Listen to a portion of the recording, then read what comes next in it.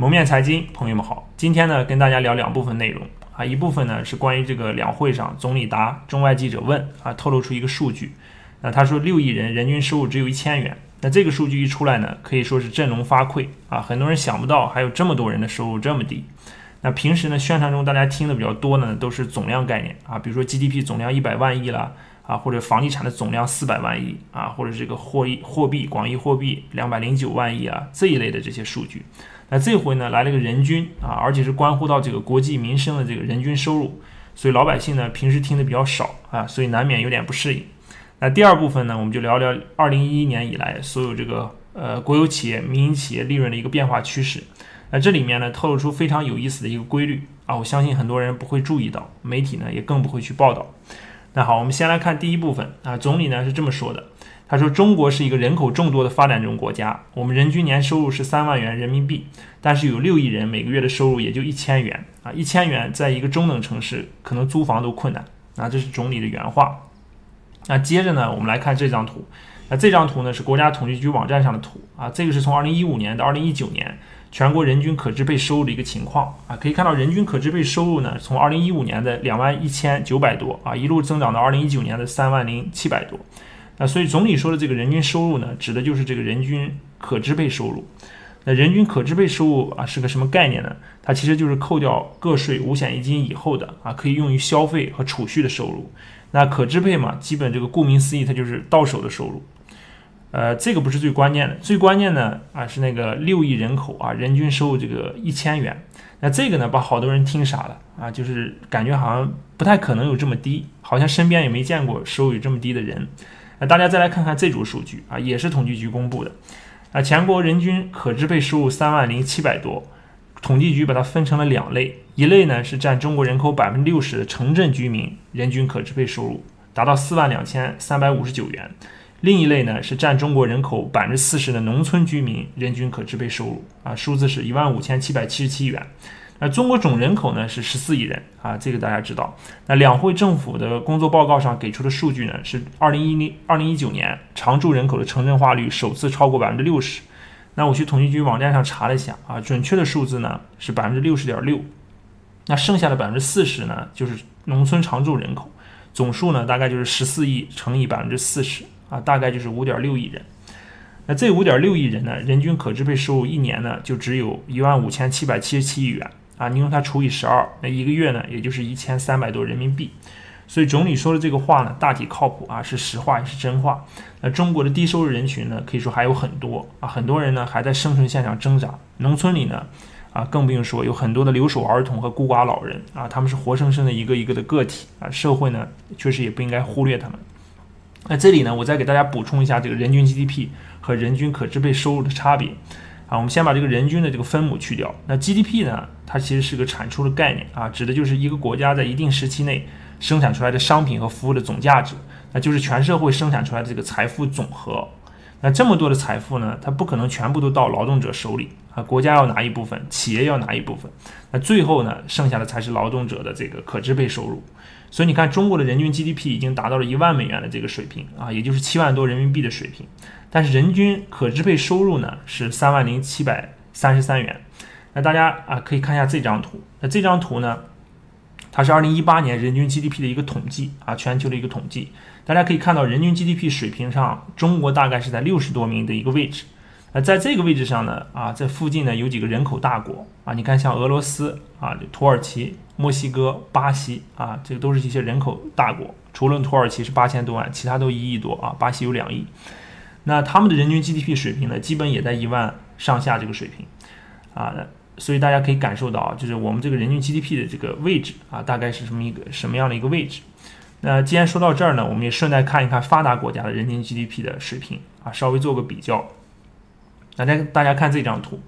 这里面呢基本都是发达国家或者地区啊，那人口少的我们就不比较了，主要就来看一看人口啊有点分量、有点规模的国家。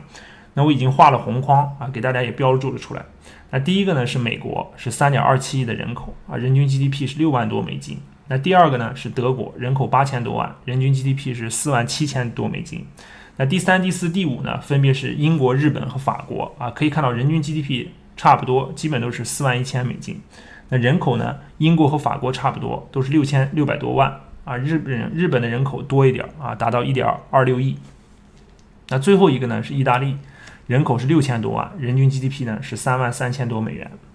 那其他国家人口因为规模都不大啊，我就懒得比较了。那大家如果有兴趣呢，可以自己看一看。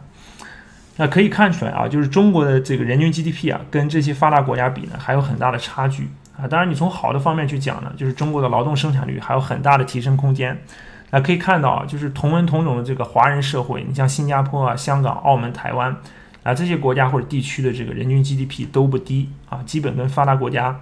差不多。那正常来讲呢，中国劳动生产率其实是不应止步于美国啊1/6的这个水平的。那好，扯远了，我们总结一下，就是刚才啊分析的总理给出的这个6亿人每月平均1000元的收入，那这个呢，很让人震惊啊。但是数据来看呢，啊确实是实话也是真话。那中国呢还有很多生存在这个生存线上挣扎的人，那这些年呢总量的数据啊或者平均的数据啊已经太多了。那未来的这个统计数据呢，确实需要更有一些温暖啊，有一些温度，能够关注到中下层老百姓的一些真实的情况。好了，最后呢，再给大家补充个小知识啊，大家看这张图。那这张图呢，一目了然啊，大家可以看到，那平均数呢，经常带来假象，一不小心呢，你就容易被平均了。那图中间呢是家庭年收入的平均数啊，达到14万美金，那是所有家庭的一个算术平均数。但是你看这个平均数的这个左边啊，这个那有很多家庭，平均数的右边呢就3个家庭啊，非常不均衡。那这个呢是两极分化导致的啊，所以平均数呢经常失真啊。其实比较有价值的数据呢是中位数。那大家可以看到，家庭收入的中位数呢是6万美金啊，跟平均数这个14万美金呢差距还是挺大。所以说两极分化越严重呢，这个中位数和平均数的差距就越大。所以呢，不要被这个平均数所迷惑啊。图上呢还有一个众数啊，大家看那个众数，众数的意思呢就是在某个收入水平上人数最多的那个数。好，最后一部分呢，我们再说一下国有企业、民营企业这些年利润变化趋势透露的秘密啊。大家看这张图，那这个呢是3类规模以上工业企业利润增幅的演变啊。什么叫规模以上企业啊？就是主营收入在2000万以上的，那就叫规模以上。那大家看其中这个民企的情况，在2014年、2015年利润呢同比增幅是6.9%和4%，然后你再看14、15年这个国有企业的情况。那利润的增速呢是负的12.6%和21.5%。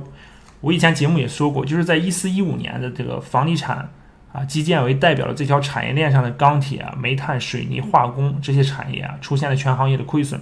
那全行业严重的产能过剩和需求不振。那后来呢，国家通过这个3去1降1补啊，也就是去产能、去库存、去杠杆、降成本、补短板啊，把这些传统产业给救活了。那而且在17、18年呢，日子可以说过得非常舒服啊，过得很不错。那这些传统产业大部分呢都是位于产业链的这个上游啊，而且大部分呢都是国企啊，控制着一些资源和一些原材料。那我们看17、18年呢，他们的利润增速情况呢还是很不错的啊。17年呢增长了38.3%，18年呢增长了12.1%啊。但是我们再来看民营企业，这2年呢就比较惨。那17年的利润是下滑了2.4%，18年呢是下滑了27.9%。然后到了19年以后呢，又颠倒过来了啊，国企的日子又不行了，好像又回到了14、15年那种状态。那整个19年当年的利润下滑了17.4%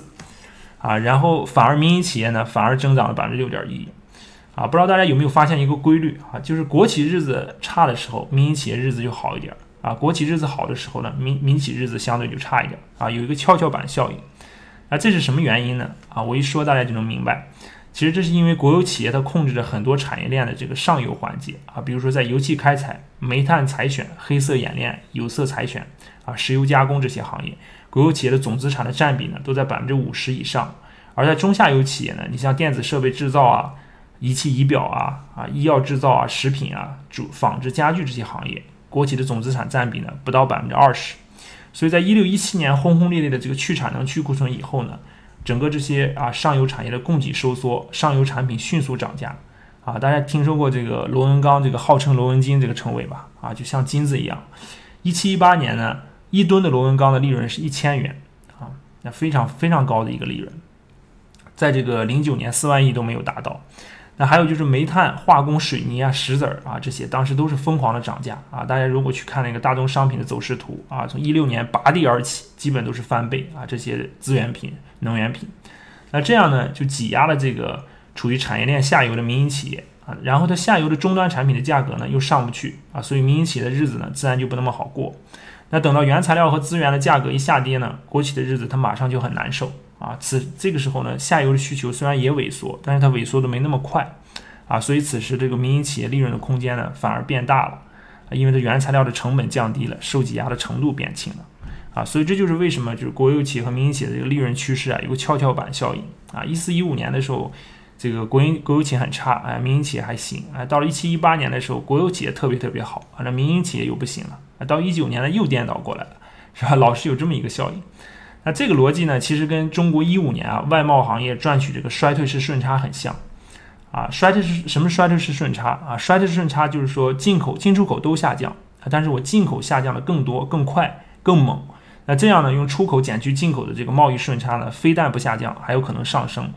那我以前跟大家节目里面讲过，我说这个世界上啊，大体分为3类国家，一类呢是最上游卖资源的，你像沙特、俄罗斯这些卖石油的啊，或者像智利啊这种全球最大的铜矿出口国，还有像澳大利亚、巴西卖铁矿石的，那这些呢都是资源国。第二类呢，就是这个位于中游的，像中国这样的世界工厂啊，把资源和原材料买回来加工成产成品，最后销往全世界。那第3类呢，就是这个位于最下游的啊，像北美啊、西欧啊这些发达国家啊，它是需求的主要来源国。那在15年的石油、铁矿石、铜、锌、镍啊这些资源品价格纷纷大幅下降，但是欧美这个需求国的需求下降呢不明显啊，或者比较缓慢，那导致呢中国在15年的贸易顺差呢非但没有下跌，反而还增长啊。大家可以看这个图啊，这个我统计的。那这些年呢，15年反而成了这些年最大的这个经常账户的顺差，达到了这个3000多亿美金。那这个呢，就和国有企业、民营企业跷跷板的效应很像。国有企业啊，在国内占据了产业链的上游，价格一涨呢，日子非常好过；民营企业呢，就感受到挤压。上游的这个资源、能源品如果一跌呢，民营企业就这个享受到这种跟外贸企业衰退式顺差一样的好处啊，日子呢就舒服点啊。虽然终端的需求也有所下降。那国有企业大家知道还有一个巨大优势啊，就是天量的这种信贷资源都流向了他们，信贷的水源非常充沛。那这个呢，让我想起这个总理啊，在答记者问的时候说的另一段话。那他说，特殊时期要有特殊的政策啊，我们叫放水养鱼。没有足够的水，鱼是活不了的。但是如果泛滥了，就会形成泡沫，就会有人从中套利，那鱼也养不成，还会有人浑水摸鱼。那这里的放水呢，就其实指的就是商业银行的信贷扩张啊，就是放贷。那养鱼呢，就是养市场主体，养企业。可是这个池塘里的鱼的物种呢，它天然就有差异啊，有些呢是大鳄鱼，有些是鲤鱼，还有一些是小鱼苗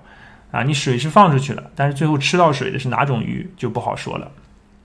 好了，最后给大家总结一下，那第一部分呢，给大家分析了中国的人均可支配收入的一些情况，也延伸了一下中国人均 GDP 在国际上的一个位置。第二部分呢，给大家分析了国有企业、民营企业这些年利润趋势的变化啊，基本上呢是个跷跷板的效应。那这跟他们所处的产业链的位置有关系啊。国企呢偏上游资源、能源品啊，民营企呢偏这个中下游